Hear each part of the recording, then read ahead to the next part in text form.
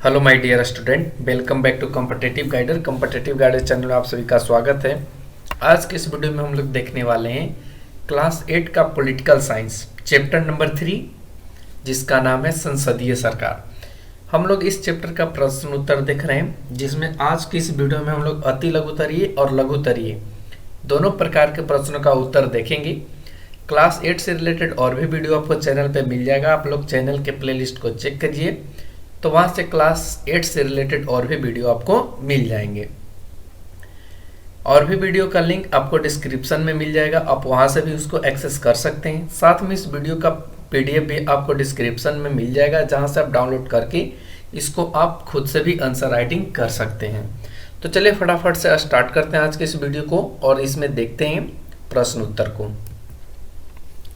तो यहाँ पे इस तरीके से प्रश्न है, क्वेश्चन नंबर फर्स्ट में संसद में कितने सदन होते हैं। तो आपको पता होना चाहिए कि संसद क्या है और इसके बारे में आप लोग पढ़े भी होंगे। तो यहाँ से आपको बता देना है कि संसद क्या होता है। तो संसद में कितने सदन होते हैं, तो आपको पता है संसद को हम लोग इंग्लिश में पार्लियामेंट बोलते हैं, ठीक है ना, पार्लियामेंट बोलते हैं। और ये जो संसद है, ठीक है ना, ये संसद आपको दो तरह के होते हैं। एक तो सदन आपका होता है लोकसभा और सेकंड होता है राज्यसभा।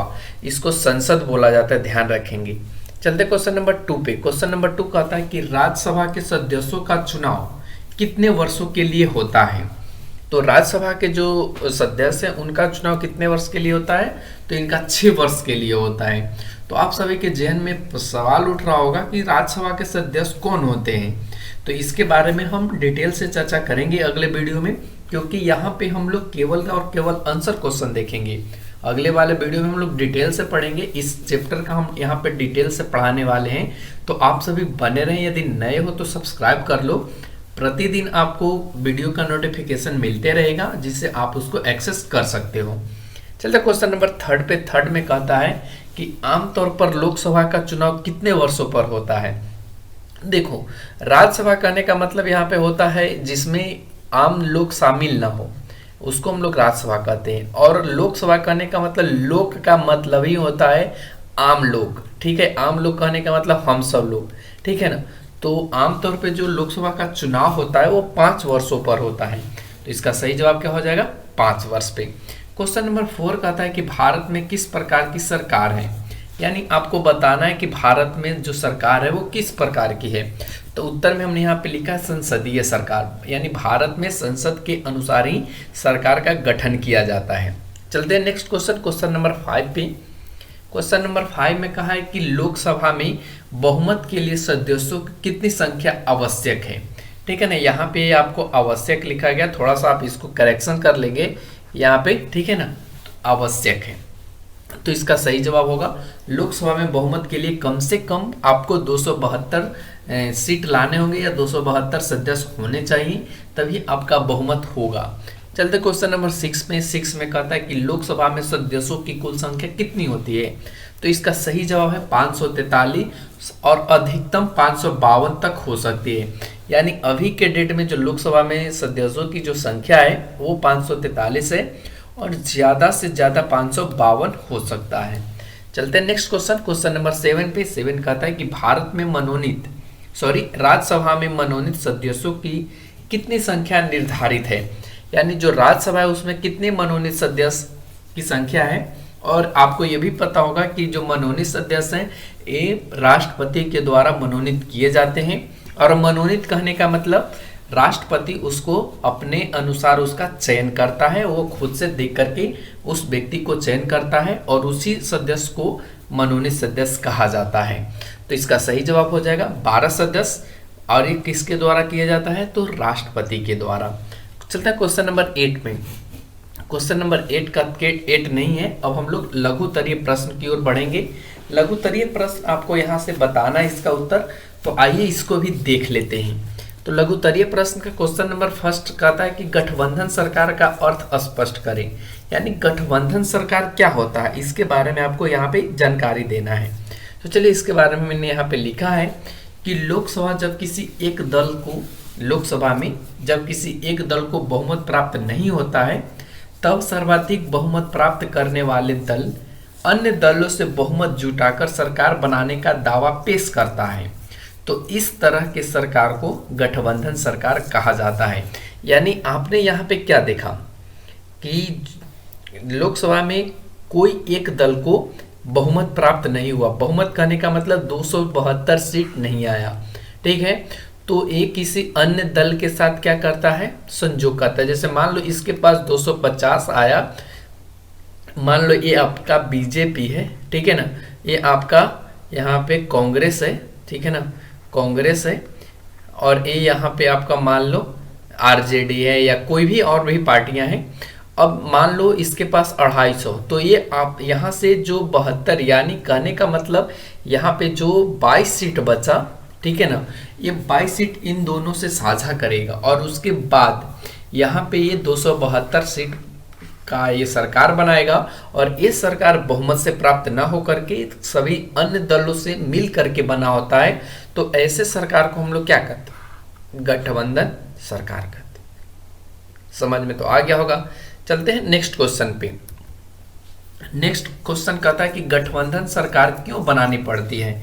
तो अभी हमने आपको समझाया कि गठबंधन सरकार इसलिए बनानी पड़ती है क्योंकि किसी एक दल के पास बहुमत नहीं होता है। वो बहुमत नहीं होने के कारण और भी दल के साथ क्या करता है, बहुमत जुटाता है, और उसके बाद वो सरकार बनाने का दावा पेश करता है। इस कंडीशन से उसको गठबंधन की सरकार बनानी पड़ती है। तो यहाँ हमने लिखा है कि सरकार बनाने के लिए किसी भी राजनीतिक दल को कम से कम 272 सदस्य होने चाहिए।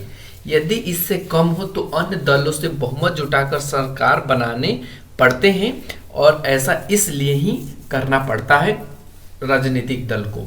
तो चलते हैं नेक्स्ट क्वेश्चन की तरफ। क्वेश्चन नंबर 3 कहता है यहाँ पे कि केंद्र में सरकार बनाने के लिए दलों के गठबंधन का अर्थ सुधारण लिखें।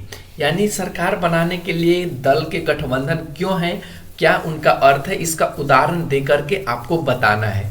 तो चलिए यहाँ पे हमने आपको बताया है, देख सकते हैं यहाँ से उत्तर।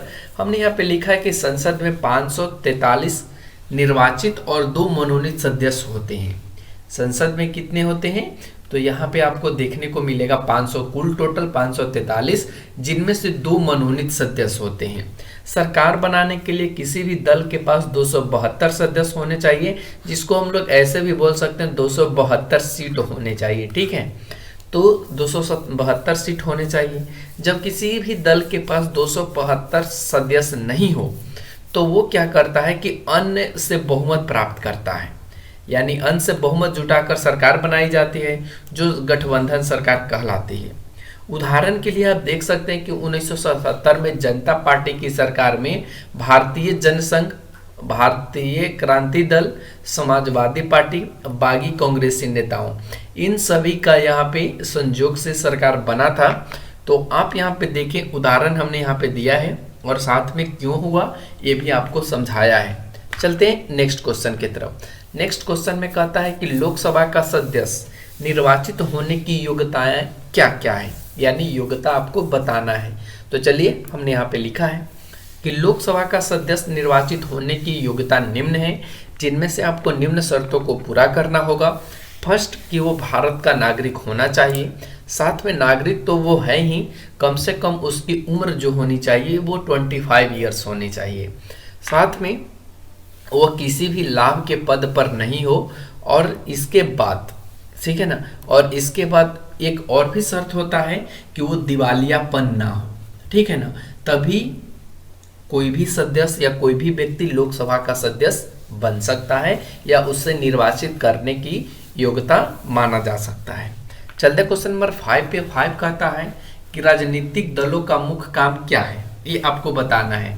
तो हमने यहाँ पे लिखा है कि राजनीतिक दलों का जो मुख्य काम होता है वो जनता और सरकार के बीच तालमेल बनाना होता है। इसके अतिरिक्त राजनीतिक दलों को और भी काम होता है जो निम्न है। फर्स्ट है कि वो नीतियां एवं कार्यक्रम तय करता है, यानी वो नियम और कानून बनाता है, ठीक है ना, क्या नियम होने चाहिए। साथ में वो लोकतंत्र का निर्माण करता है, राजनीतिक यहाँ पे प्रतिरक्षण करता है। यहाँ पे आप इस यहाँ पे थोड़ा सा सुधार कर लेंगे, ठीक है ना, राजनीतिक प्रशिक्षण करता है। प्रशिक्षण करने का मतलब वो अपने दल को बताता है, अपने दल को समझाता है, साथ में वो चुनाव का संचालन भी करवाता है और शासन का संचालन तो ये लोग करते ही करते हैं। तो ये सारे राजनीतिक दलों का मुख्य कार्य होते हैं। चलते हैं क्वेश्चन नंबर नेक्स्ट पे। नेक्स्ट कहता है कि धन विधेयक किसे कहते हैं, इसे कैसे पारित किया जाता है। तो आइए हम लोग धन विधेयक पर चर्चा कर लेते हैं। हमने यहाँ पे लिखा है कि प्रत्येक वर्ष के लिए आय और व्यय का लेखा जोखा, ठीक है ना, व्यय का लेखा जोखा बजट के रूप में संसद के समक्ष प्रस्तुत किया जाता है, जिसे धन विधेयक कहते हैं। यानी धन विधेयक किसे कहते हैं, तो वो क्या होता है, और व्यय का लेखा जोखा, यानी आय और व्यय। आय कहने का मतलब जो आपका इनकम हुआ और व्यय कहने का मतलब आपका जो खर्च हुआ, इसके बारे में जो भी जानकारी या जो भी लिखा जाता है उसको हम लोग धन विधेयक कहते हैं। और ये बजट के रूप में संसद में पेश किया जाता है। उसके बाद हमने यहाँ पे लिखा है कि धन विधेयक पहले लोकसभा में पारित किया जाता है, फिर उसे राज्यसभा में भेज दिया जाता है। राज्यसभा उसे 14 दिनों के अंदर पुनः लोकसभा को लौटा देती है और उसके बाद लोकसभा धन विधेयक को पारित कर देती है। तो आपने समझ लिया कि कैसे पारित किया जाता है और ये होता क्या है। चलते क्वेश्चन नंबर 7 पे। 7 कहता है कि संसदीय सरकार में आम लोगों की भागीदारी किस तरह सुनिश्चित होती है।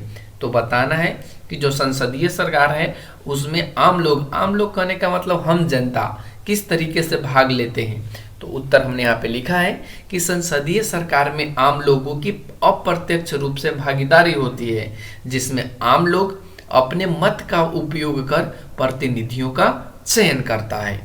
चलते हैं नेक्स्ट क्वेश्चन। क्वेश्चन नंबर 8 कहता है कि संसद के सत्र और प्रश्नकाल का अर्थ बताएं। यानी संसद के जो सत्र हैं उसे हम लोग क्या कहते हैं या वो क्या होता है, और प्रश्नकाल क्या होता है। तो आइए देखते हैं इसका उत्तर में हमने लिखा है कि संसद के सदस्य जनता के हित में विधेयक बनाने, चर्चा करने एवं प्रस्ताव पारित कर पुराने अधिनियम में संशोधन करने में जो समय निर्धारित की जाती है उसे संसद सत्र कहा जाता है। और आप लोगों को पता भी होगा कि संसद सत्र में आप देख सकते हैं, एक तो आपका शीतकालीन सत्र होता है, ठीक है ना, शीतकालीन सत्र होता है, ठीक है। फिर उसके बाद यहाँ पे आपको देखने को मिलेगा बजट सत्र देखने को मिलेगा। तो ये सभी सत्र हैं, ठीक है ना, और ये सभी में कुछ न कुछ नियम कानून विधेयक बनाए जाते हैं और ये पुराने नियम में भी संशोधन किए जाते हैं। जो समय से निर्धारित की जाती है उन्हें हम लोग संसद सत्र कहते हैं। अब आता है यहाँ पे प्रश्नकाल। तो प्रश्नकाल क्या होता है कि लोकसभा का जो बैठक का पहला घंटा होता है उसी को हम लोग प्रश्नकाल कहते हैं। और प्रश्नकाल में केवल और केवल प्रश्न ही पूछा जाता है। तो आप इसे भी बहुत अच्छे से समझ लिए। चलते हैं क्वेश्चन नंबर 9 की ओर। 9 क्वेश्चन में कहता है कि निर्वाचित प्रतिनिधियों को अपने चुनाव क्षेत्र के लोगों से सीधा संपर्क रखना क्यों जरूरी है। तो आइए इसका भी हम लोग फटाफट से उत्तर देख लेते हैं कि निर्वाचित जो प्रतिनिधि जिसको हम अपना नेता चुनते हैं उनका चुनाव क्षेत्र से लोगों के बीच क्या संपर्क होना चाहिए और क्यों जरूरी है ये चीज। तो उत्तर में हमने यहाँ पे लिखा है कि निर्वाचित प्रतिनिधियों को अपने चुनाव क्षेत्र के लोगों से सीधा संपर्क रखना बहुत जरूरी होता है, ताकि जनता अपने प्रतिनिधियों से अपनी समस्या बता सके और प्रतिनिधि उनकी समस्या का हल कर सके। फिर जनता अपने मत का प्रयोग कर उसे सरकार में शामिल होने का मौका दे सके। इसीलिए यहाँ पे निर्वाचित जो प्रतिनिधि हैं उनको चुनाव क्षेत्र के लोगों से सीधा संपर्क रखना चाहिए। चलता क्वेश्चन नंबर 10 पे। क्वेश्चन नंबर 10 कहता है कि लोकसभा के सदस्यों का चुनाव 5 वर्ष की निर्धारित अवधि के लिए क्यों किया जाता है। तो आइए फटाफट से इसका भी उत्तर देख लेते हैं। हमने यहाँ पे लिखा है कि लोकसभा के सदस्यों का जो चुनाव होता है वो 5 वर्ष की निर्धारित अवधि के लिए इसलिए कराया जाता है ताकि लगातार सरकार में आने वाली जो पार्टियां हैं अपनी मनमानी न कर सके।